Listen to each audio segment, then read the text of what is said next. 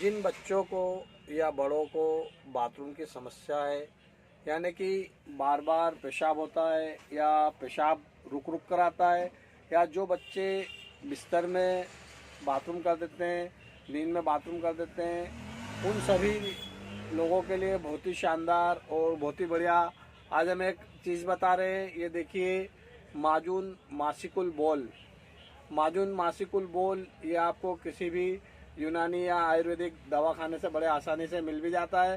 तो मासिकुल बोल आप इस्तेमाल कीजिए। आपको इसे इस्तेमाल कैसे करना है, इसे रोज़ाना रात को सोते समय केवल 5 ग्राम आप इस्तेमाल कीजिए।